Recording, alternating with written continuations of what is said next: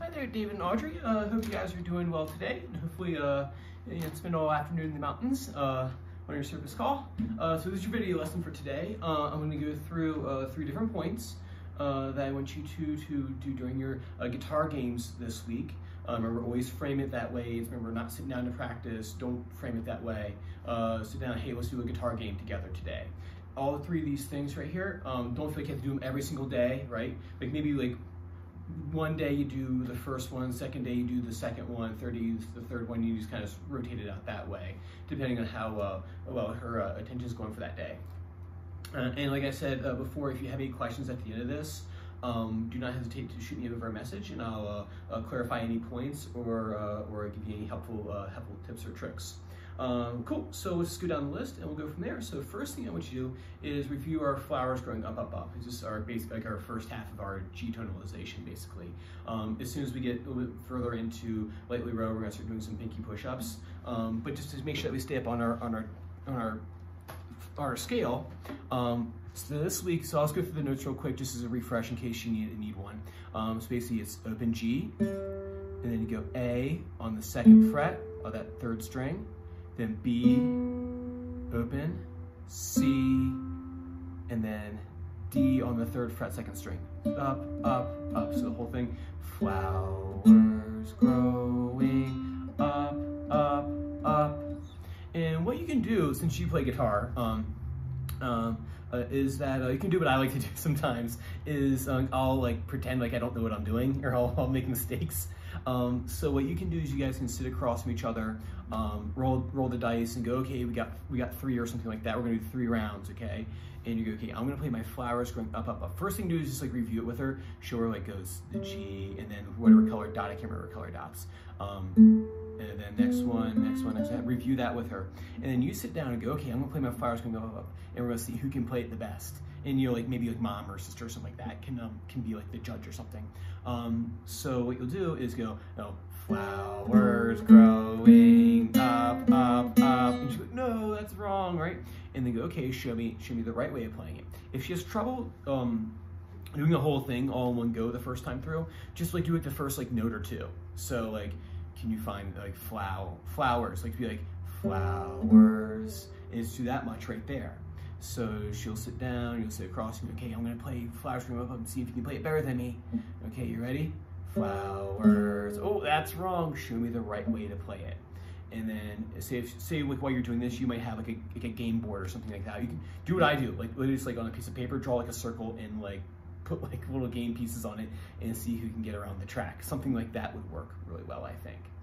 So I want you to do that and make sure it's game oriented, not just like, all right, flowers going up, let's hear it. You don't get very far, as you know, you don't get very far with things like that. With any child, really. So make sure it is game oriented and that you guys are playing a game while you're doing it. Number 2, review the note names. This kind of goes back to number 1,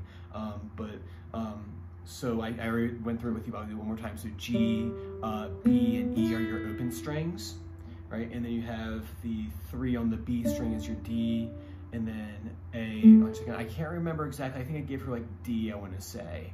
But what you can do is go, okay, G, B, E, and then like 1 fretted note. And then do what I do, like, so like literally like she likes that racing game, put the guitar on like a stand, and then have her run across and see if she can beat you to play the note first. So like this might be like say Wednesday, or like Wednesday is, you know, day 2 of the week of practice. Okay, let's do our guitar game. Our guitar game today is gonna be, we're gonna see who can play the note the fastest. Then you put your guitar down, you guys will run as fast as you can.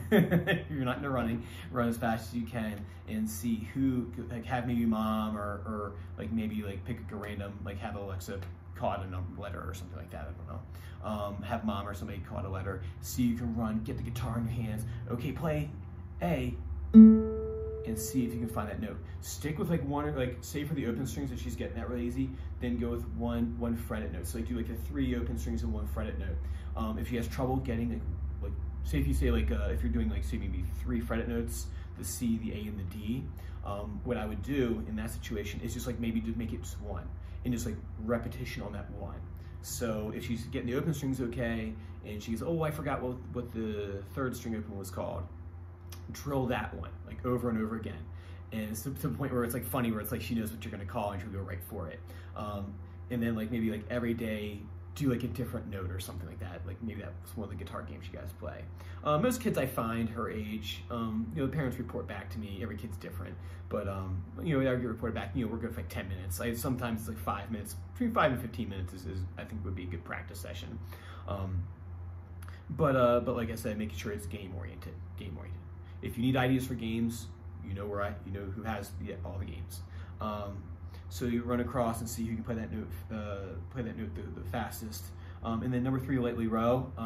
So every kid under the sun that I've ever taught always mixes up that lightly row, flowers growing up, and then the next part, lightly rowing.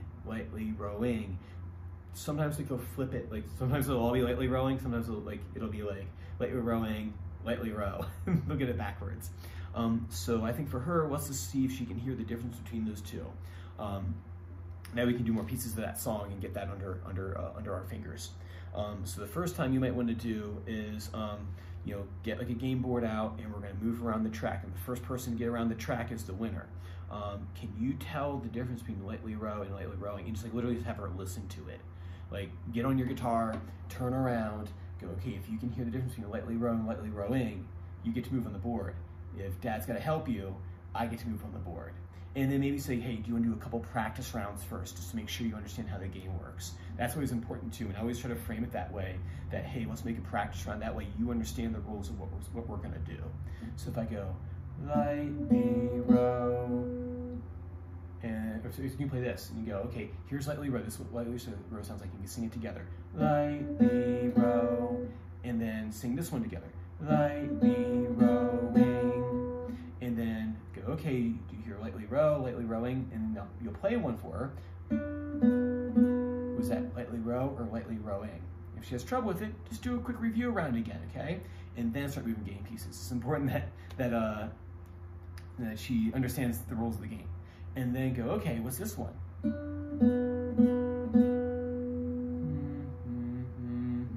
Lightly rowing, and see if she can hear it that way. And then have her play just that one piece. Don't try to do the whole lightly row, you know, where it's like,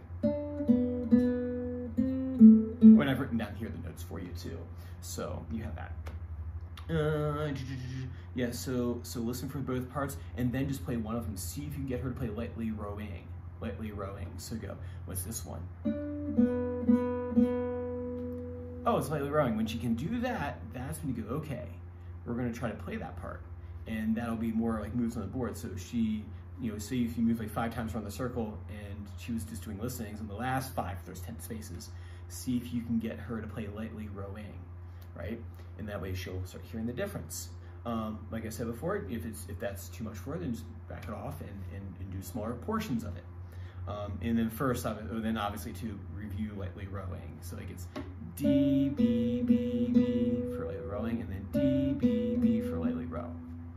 Cool. Those are the 3 things I want you to work on right there. If you have any questions about that, do not hesitate to shoot me a message. I'll be more than happy to answer. And if not, I will see you same time next time. Take care.